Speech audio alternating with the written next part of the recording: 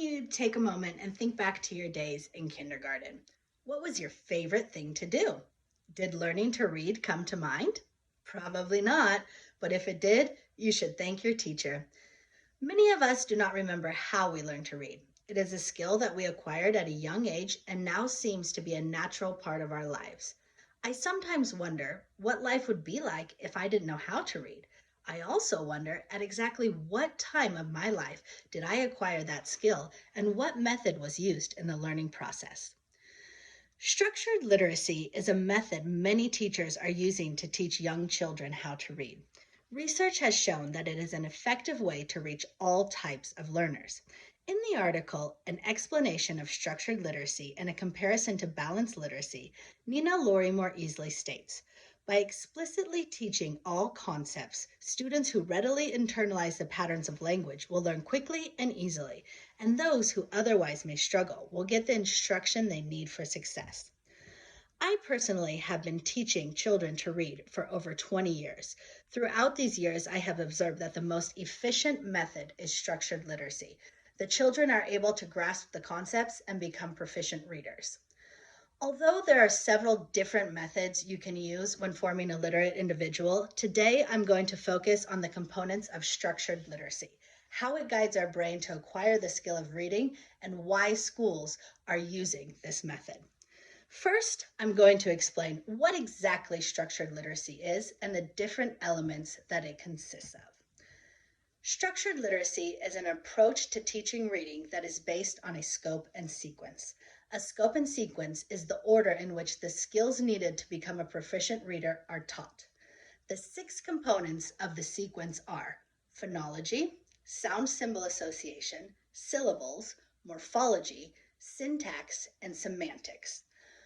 The first one, phonology, is the first skill that children must master. It's just a fancy way to refer to the ability to recognize the sounds that we hear in the words.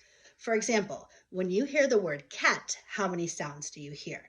If we break it down, we can hear each individual sound. K, a, t. It has k as the first sound, a as the middle sound, and t as the last sound. Once the learner has mastered this skill, they are ready to move on to the next step.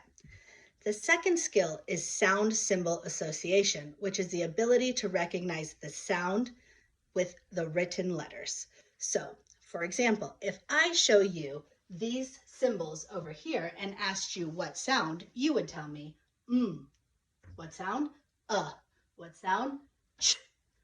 So when we put them together, the child is able to do it quickly, ch, much, and they're able to decode the word. Now, if I asked you to do the same thing with these symbols, you would think impossible, right? Our brains are not taught to recognize these symbols as sounds, and therefore we are unable to read it.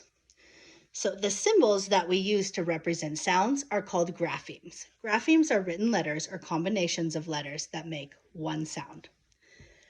After mastering phonology and sound symbol association, it is time to move on to syllables. There are 6 basic syllable types in the English language. All words are made up of syllables, and when the learner is able to recognize the different types, they can easily decode the word. One of the trickiest things about learning to read is that there are only 5 vowels, but 20 vowel sounds.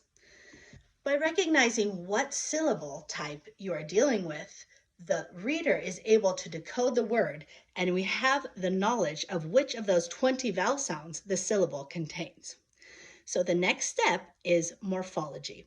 Morphology is the study of the way the words are formed. For example, by adding letters to a root word, the meaning becomes different. If I say the word chicken, you are probably thinking of an animal with feathers that lay eggs. Now, if I add an S to that word, the word has a different meaning. If I say chickens, you are thinking of a group of feathery animals. After there's a clear understanding of morphology, syntax is introduced. Syntax is the arrangement of words and phrases to create a well-formed sentence in a language. So, for example, if I said to you, ran Brown the furry dog, you wouldn't understand what I was talking about. But if I said those words in the correct order, the brown furry dog ran, the sentence has meaning. The syntax is simply how the words are arranged that give the sentence meaning. Finally, the last skill is semantics. Semantics is the study of meaning in language. It can be applied to entire text or to single words. We use semantics to interpret the meaning of a word, sentence, or text. For example, if I say to a young child, "Pick up your toys," it could be interpreted as, "Put your toys away now," "Clean up your toys when you feel like it," or even, "Hold up your toys in the air." Understanding the meaning of a text and interpreting it in the correct way is fundamental for comprehension. Now that we have learned about the structured literacy approach and the order in which skills are taught, let's move on to why schools are using this approach in early childhood education. Schools are using structured literacy as an approach to teach children oral and written language. It is based on the science of how kids learn to read. In the article, "What is Structured Literacy?" Kim Green states, "Structured literacy is especially helpful for kids who struggle with reading, but research shows that it can help all students improve their reading skills." Schools are choosing this approach over others because it targets all types of learners. Schools and students who struggle with learning difficulties, such as dyslexia, for example, are less likely to fall behind when given the opportunity to grasp fundamental concepts step by step. In conclusion, I would like you to think back once again to the early years of your life when you were having fun in kindergarten and when you learned to read. Do you think you were taught with a structured literacy approach? Whatever the answer may be, the truth is you now know the basics behind the method and that many schools are using.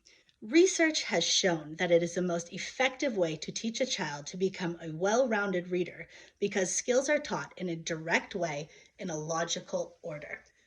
Reading is a fundamental skill which is essential for academic success. So it is the educator's responsibility to find the best way to help their students learn, and through the structured literacy approach, it is possible for all students to develop reading skills to their fullest potential.